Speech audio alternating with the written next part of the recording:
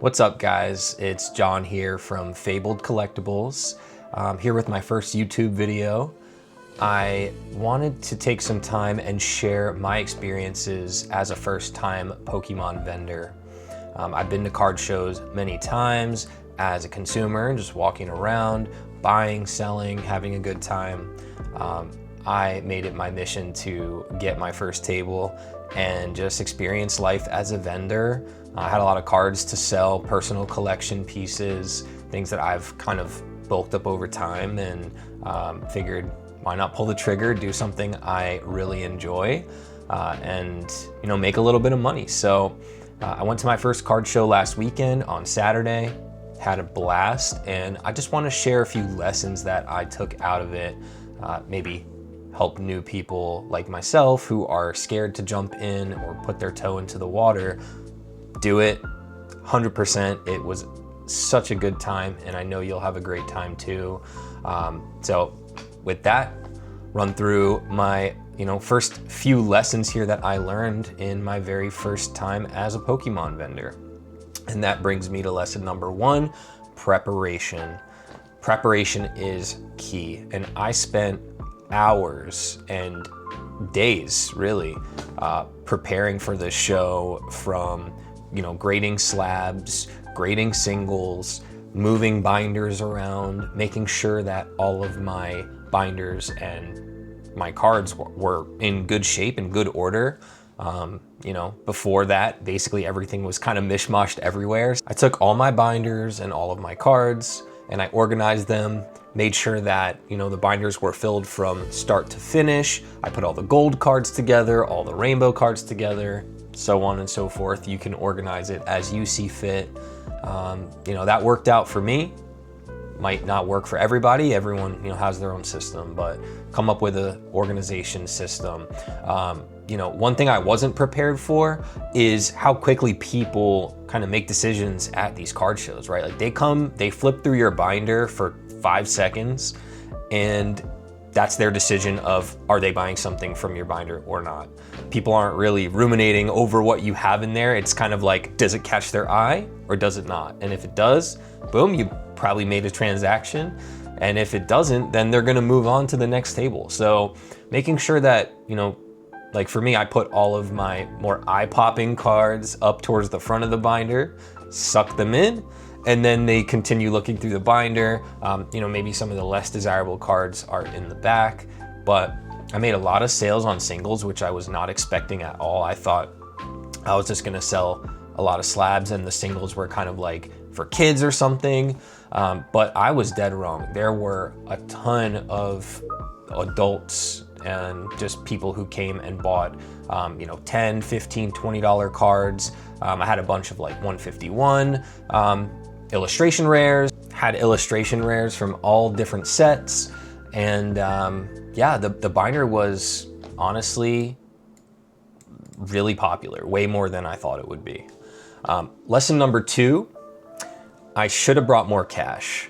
And the reason is, we're not just selling, we're buying, right? You want to buy at a percentage so that you can have more inventory to sell at the show you're at or future shows. I'll be at a show this coming Saturday. I bought some things last weekend. I wish I had more money because I wish I walked away with a lot more stuff to bring to my next show. I'm down probably half the amount of slabs that I had when I showed up to my show last weekend.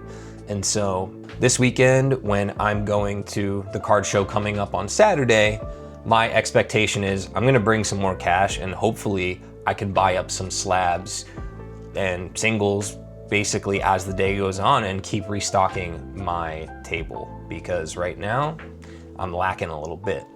So have a budget. You don't need $20,000, but if you can bring a couple thousand, put some money into your business, and I think that will help in the long term. Lesson number three, probably the most important lesson that I learned, is relationships over transactions. And what I mean by that is, you should be doing this because it's fun, because you like Pokemon cards and you like the Pokemon universe and you like sharing that with other people. And I had a bunch of people come to the table who, you know, I just chatted with, built a relationship with, even if it was, you know, a 2-minute relationship. And a lot of those people came back around to my table an hour later, and I recognized them as someone who I was chatting with earlier, said, hey again, you know, thanks for coming back, shake their hand. And several of them ended up buying. One in particular, an older gentleman came by my table. You know, we chatted about Pokemon cards for a little while. He buys them for his grandkids and his kids. And he left my table, said, hey, you know, shopping's free, I'll be back. Or window shopping is free is really what he said. I'll be back, you know, I'm gonna walk around a bit. He came back and he spent $1,000, maybe more, at my table. And this was honestly someone who I didn't expect to spend any money at my table. I wasn't sure what he wanted, but I think he wanted someone to chat with, and he wanted to just, you know, talk Pokemon cards with somebody. And he ended up hanging out at my table for probably 20, 25 minutes. He watched a few other transactions. I bought 2 cards off of another gentleman, and the guy I was chatting with, who was kind of hanging around with me, immediately bought them off of me. So he watched me buy these 2 cards for, I think it was 130 for both cards. It was a Deoxys and a Misty's Psyduck. And he saw the price I paid, and he was like, what's market on those? I want them. Boom, I sold them to him 2 minutes later. So that was shocking and awesome, and I'll never forget this guy. He was like my best customer at my first show. You know, I'm sure I'll put a clip in of him so you guys can see some of our transactions. He bought my base set Charizard, both in English and Japanese. So he bought 2 Charizard cards for me for I think a total of $475 or $525, something like that. So it was incredible. Now, lesson number 4, the things that actually sold at my table. So I mentioned earlier, kind of touched on this, but I thought I was coming in. I have some pretty big hitters slab-wise. I have 2 Gold Stars, a Flareon that's worth about 1,000, a Jolteon that's worth about 1,500. I have a PSA 10 Victini. I have Gold Lucario PSA 10. So some really high hitters. I honestly thought those cards might go. I thought some of my other slabs would be more popular. I did sell some slabs, but the cards that were in my binder, the full arts and things that I just pulled along, you know, the last few years that I was collecting, those sold so much better and so much faster, and it added up. I definitely sold hundreds of dollars worth of singles. I brought some in too. People brought me singles, and as I realized that they were going like hotcakes, I was like, I need to just buy more of these. Like, I need to keep filling my binder because there were so many holes in it. So I started buying them up, and I would buy one and put it in the binder, and 20, 30 minutes later, someone would buy it from me for a small profit. So,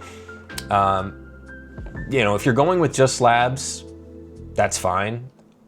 From my experience, just in my first vending, I am definitely going to be focusing on, you know, bringing on some low to mid-end singles, maybe between like the $10 to $30 range.